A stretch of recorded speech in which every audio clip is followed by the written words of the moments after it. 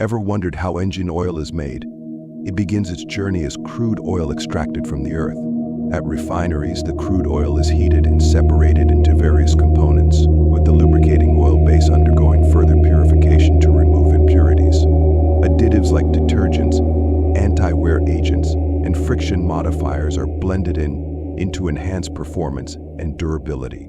The final product is then packaged and shipped to ensure your engine gets the best protection. From raw material to refined precision, it's a complex process that keeps your car running smoothly.